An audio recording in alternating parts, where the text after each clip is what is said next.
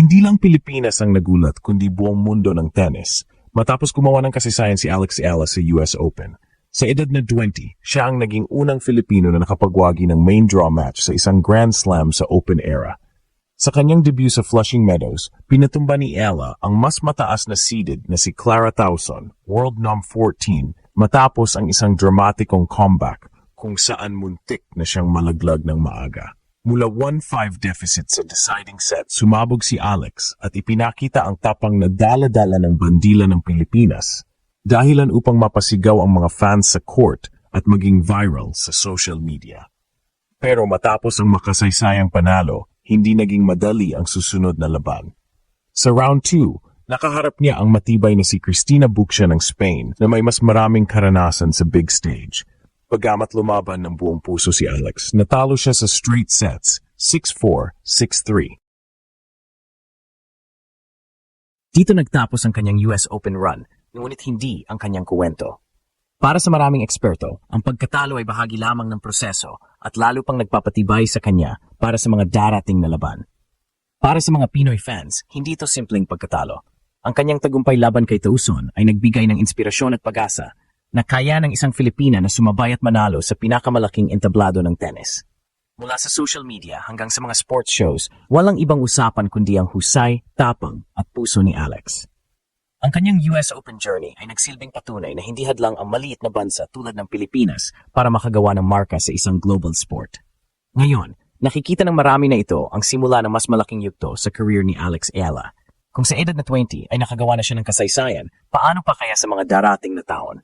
Ang tanong ng lahat, mula US Open hanggang saan pa kayang dalhin ni Alex ang pangarap ng buong bayan? Kung dati ay pangarap lang ng mga Pinoy na makakita ng isang kabataang tennis prodigy mula sa Pilipinas na tatapak sa Grand Slam, ngayon ay realidad na. Si Alex Ayala, 19 anyos na tennis sensation mula sa Maynila, ay muling nag-ukit ng kasaysayan matapos makapasok at manalo sa US Open 2025, isang tagpo na tunay na ikinagulat at ikinatuwa ng buong mundo.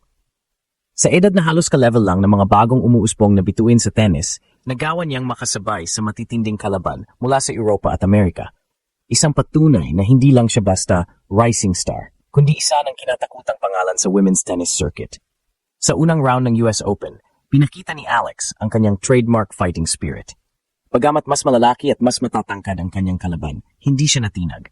Mabilis ang footwork, matalas ang baseline rallies, at higit sa lahat, matibay ang mental composure. Ang bawat forehand at backhand drive niya ay nagbigay ng sigla sa mga nanonood at hindi nagtagal ay pinatunayan niyang kaya niyang talunin ang isa sa mas matataas ang ranking. Ito ang naging pundasyon ng kanyang historic first Grand Slam win. Isang bagay na matagal ng pinapangarap ng Philippine tennis community. Subalit kaya ng kahit anong laban, may kasunod na hamon. Sa ikalawang round, nakaharap ni Ayala ang isang mas mataas na seeded player na may mas maraming experience sa mga malalaking stage. Bagamat hindi nagkulang si Alex sa puso at determinasyon, nanaig ang maturity at consistency ng kalaban. Doon nagtapos ang kanyang US Open journey na ngayong taon. Ngunit para sa maraming eksperto, hindi ito pagkatalo, bagkus ito ay isang simula ng mas malaking kwento. Ang narrative ay malinaw. Kung nagagawa na ni Alex na makakuha ng panalo sa Grand Slam sa murang edad, ibig sabihin ay malapit na ang panahon na tuluyang mabasag niya ang barrier at makapasok sa mas malalalim na yugto ng mga major tournaments. Hindi rin may kakaila ang impact nito sa Pilipina. Mula sa basketball-dominated na sports culture, biglang may isang Filipina na nagbubukas ng pinto para sa tennis. Dahil dito, mas maraming kabataan ang na-inspire na subukan ng racket sport at mangarap din ng international stage. Para sa international tennis press, si Alex ay isang kwento ng grit at resilience. Para naman sa Pilipinas, siya ay simbolo ng pag-asa at posibilidad.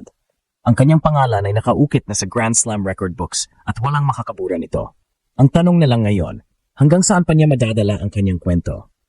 Kung babalikan natin ang naging performance ni Alex Ayala sa first round ng 2025 US Open, masasabi nating ito ay isang tunay na breakthrough moment.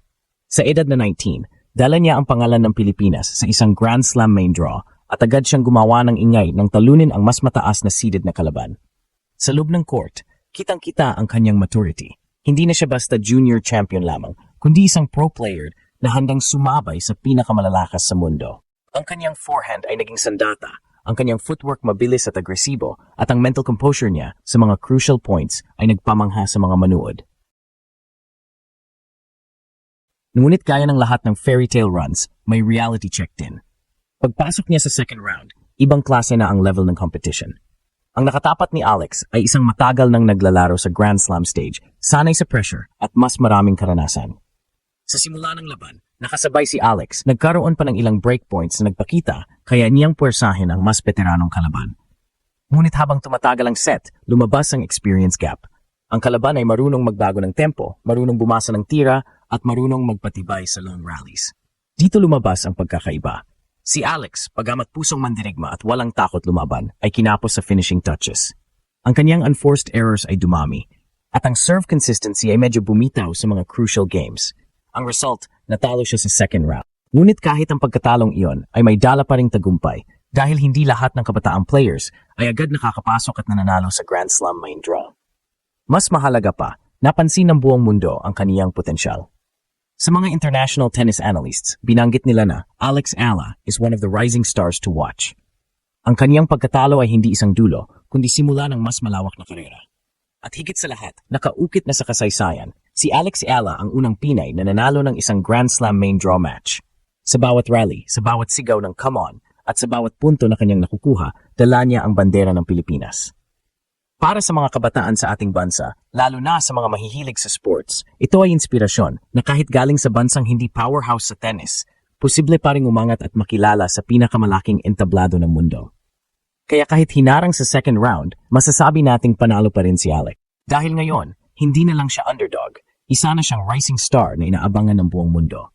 Pagkatapos ng kanyang makasaysayang panalo sa unang round ng US Open, napatunayan ni Alex Alla na kayang makipagsabayan ng isang dalagang Pinay sa pinakamalalakas na manlalaro sa buong mundo.